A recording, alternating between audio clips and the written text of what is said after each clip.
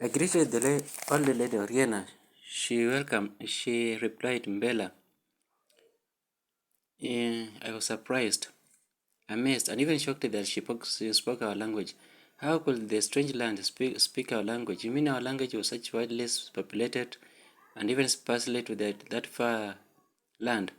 You mean because people were found as far as the strange foreign land there? They spread even with the far eastern part. I was excited, jumped about like a toddler upon seeing her mother's state. He must have missed I don't love have missed her mother's milk. The old lady brushed off our joy. She could not tell why us grown-ups would smile like her calves whenever she untied to go milking.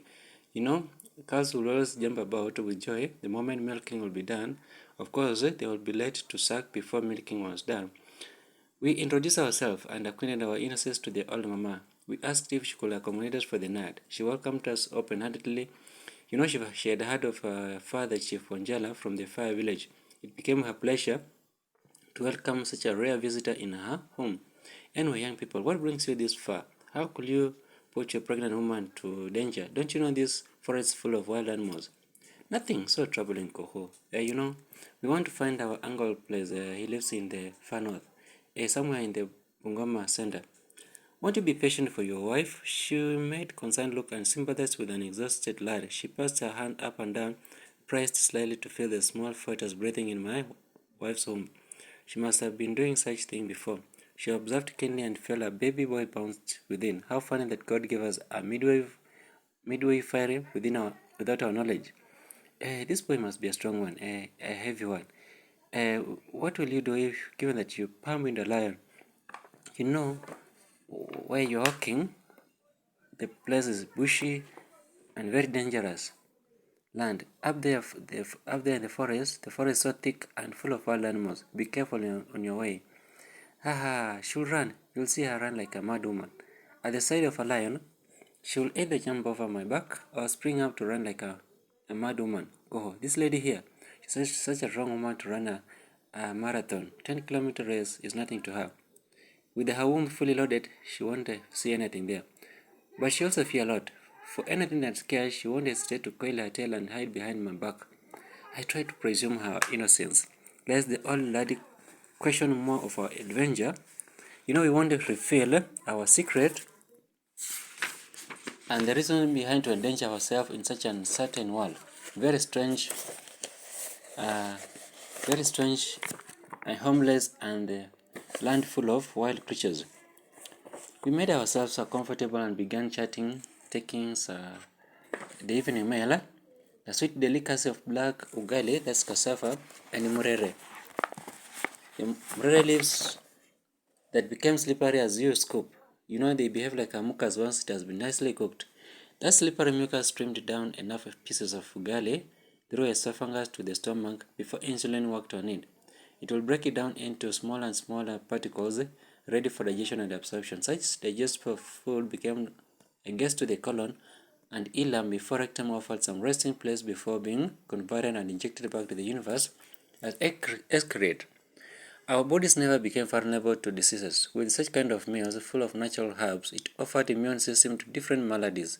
I was glad to be an African with such strong immune system. We wanted to understand where we were.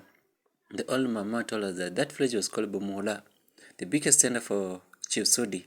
The path that led to the south actually wandered through the Shianda and finally could land in Mumia land.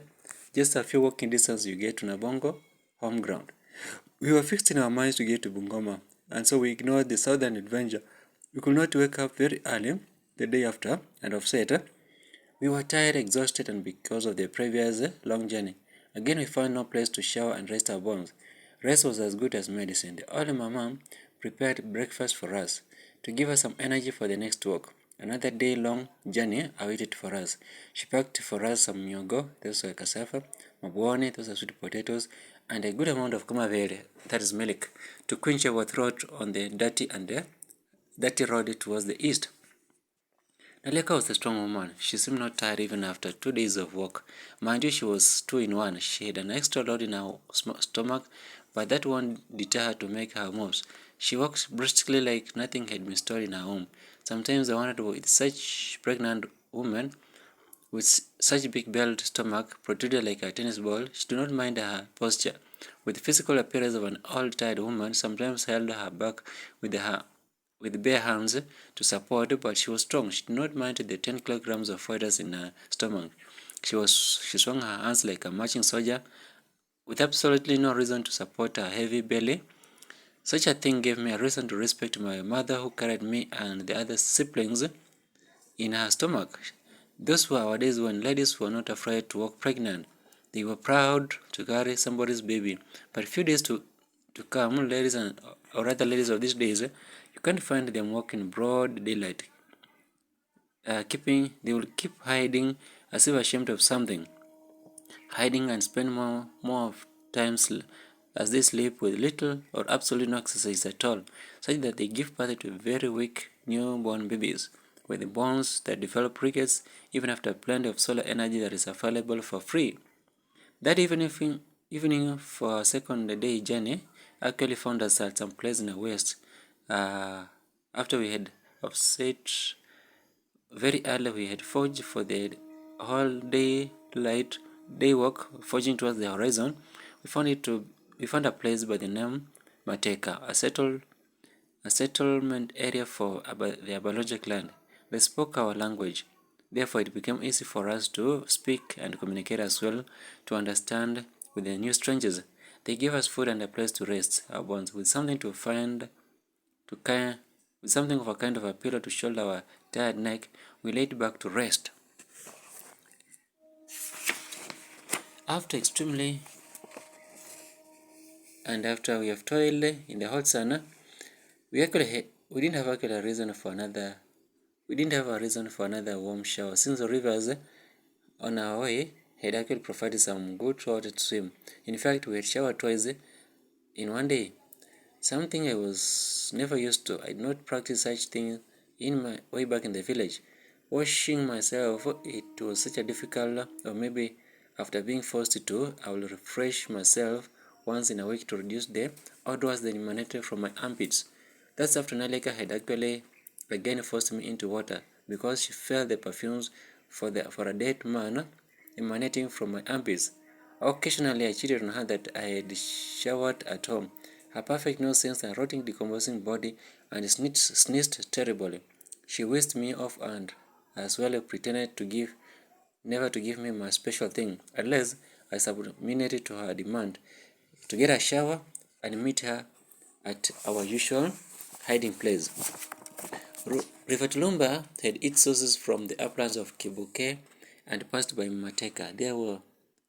Actually, we have found a confined place we could hide and refresh our body. Did you know that River Tulumba happened to be a distributor to our River Mayanja at home there? The one that passed by our market Myanga and later on joined into the River Lele with the River Lelekwe to form something bigger and poured into River Nzoia. Altogether with the River Yala, they streamed down and it poured into Lake Victoria. That's what came to my mind after realizing the navigations of our river. I became an explorer for my people in my own country. Hence began naming things after my name and made inventions that my fellow Bukusu boys had not yet discovered. As the first Bukusu boy, I saw a lake by then. It was referred as Sango. There did I also name it after the Queen of England and pronounce it like Queen after Queen Victoria. So it became known as Lake Victoria. I had enough reason for that. Such were the days we had in rains. She had actually reigned in England and kept on pronouncing goodies for the Africans in the African kingdom. The British colonized and siphoned Africa and Kenya in particular. But here came a woman with an absolutely different opinion. She found it necessary to help the blacks. Before we tossed in and made our shower, I mocked her, made fun of her as she swam. She was the type of girl who feared cold water. I threw some cold water on her before she had removed her tops. Like a child, she shrank but smiled back for the nice treat. I asked her to enter and immerse her whole being into the river. She brought herself closer and joined me so that we could swim together. She felt shy, but since she had removed her tops, her bra, she was already naked and just two of us in the world of privacy. She gained courage and stepped forward. Before she came close, I threw some more cold water on her directly to her breast. She burst into a loud cry that would have woken up the sleeping lions, but afterwards she sighed with relief as if terror had disappeared. I was a man who knew how to make a woman happy. I was a romantic. In the language of these days, young ladies will prefer me ideally for quixotic. She began with her head and thoroughly plashed herself. Then she sprinkled some water onto herself. On her top of the body, she began with breast and moved down to the belly. The behinds were far behind. She could not stretch her hand and reach them so that she could scrub the accumulated sweat that settled in between the valley of the two highest mountains. That part was quite difficult for her since she had a rounded waist with long buttocks. Therefore, I came to her assistance. She allowed me to touch everywhere except her front. She could detest vehemently if my hand went up front. I developed a desire for her as I continued the massage.